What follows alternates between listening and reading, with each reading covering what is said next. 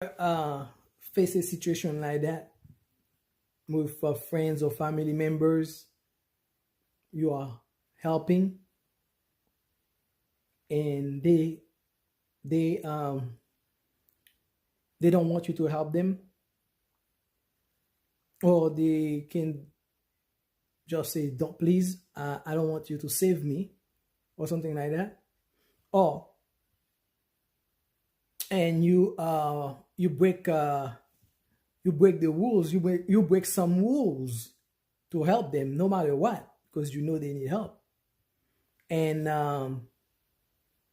the good you did for them, or the good that happened to them, they think it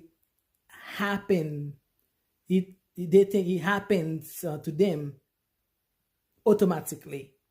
or they think it happens to them because